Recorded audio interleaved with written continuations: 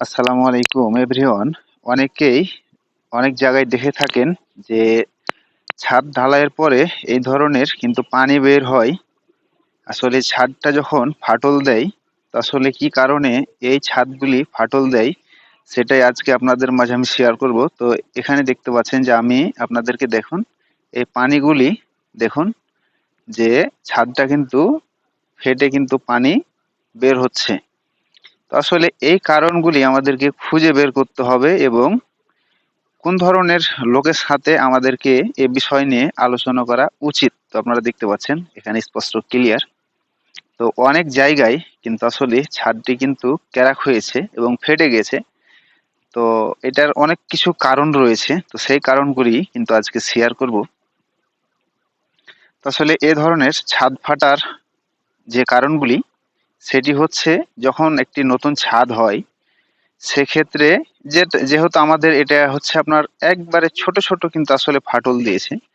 তো আসলে এই ফাটলটার জন্য কি কি বিষয় দায়ী হইতে পারে, তো সেটা হচ্ছে যে যখন ছাদটি যখন কংক্রিট করা হয়, ছাদটি যখন কাঁচা থাকে সে সময় ওপরে কোনো ধরনের লোড যদি বেশি হয় সেক্ষেত্রে ফাটতে পারে। দ্বিতীয়ত হচ্ছে যদি বড় ধরনের ফাটল হয়, তো সেক্ষেত্রে আমাদেরকে এটা খুব গুরুত্ব দিয়ে দেখা উচিত। হ্যাঁ, কেননা যে যদি বড় ধরনের কোনো ফাটল দেখা দেয় তো সেক্ষেত্রে ফাউন্ডেশন দুর্বল হতে পারে, কিংবা ফাউন্ডেশনের কোনো সমস্যার কারণে কিন্তু বড় ধরনের ফাটল হতে পারে।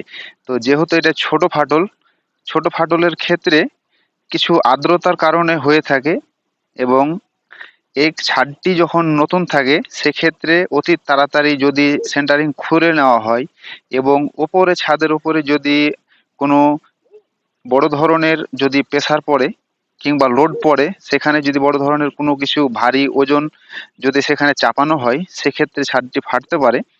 তো আসলে এই যে ওপরে দেখতে পাচ্ছেন যে বৃষ্টি হচ্ছে, বৃষ্টির পানি কিন্তু কি হচ্ছে এই ছাদ দিয়ে নিচ দিয়ে কিন্তু বের হচ্ছে। তো আপনারা দেখতে পাচ্ছেন যে এখন কিন্তু বৃষ্টি নামছে, আকাশের যে বৃষ্টির পানি সেই বৃষ্টির পানি কিন্তু আসলে ভিতরে যাচ্ছে। তো আসলে অবশ্যই আমাদেরকে খেয়াল রাখতে হবে যখন ছাদটি যখন কাঁচা অবস্থায় থাকবে সে সময় কোনো ধরনের লোড দেওয়া যাবে না এবং আর্দ্রতা দেখে আমাদেরকে কংক্রিট করা উচিত। যে যদি বেশি গরম থাকে কিংবা বেশি রোদ থাকে সেক্ষেত্রে যদি আমরা ছাদ ঢালাই করি তো সেক্ষেত্রে কিন্তু আমাদের ছাদ কংক্রিট কিন্তু আসলে ফেটে যাওয়ার সম্ভাবনা থাকে। হুম, আবহাওয়ার কারণে। আর দ্বিতীয়ত হচ্ছে যে অতি তাড়াতাড়ি সেন্টারিং খোলা যাবে না।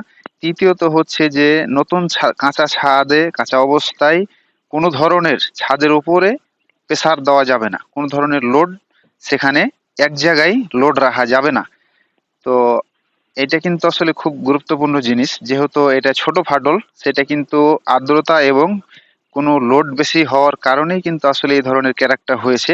তো সেটা আসলে এখন সারানোর জন্য দক্ষ একটি লোকের সাথে আলোচনা করতে হবে, আলোচনা করে এই বিষয়টি এটা রিপেয়ারিং করতে হবে। তো সবাইকে অনেক অনেক ধন্যবাদ, যারা চ্যানেলটি সাবস্ক্রাইব করেননি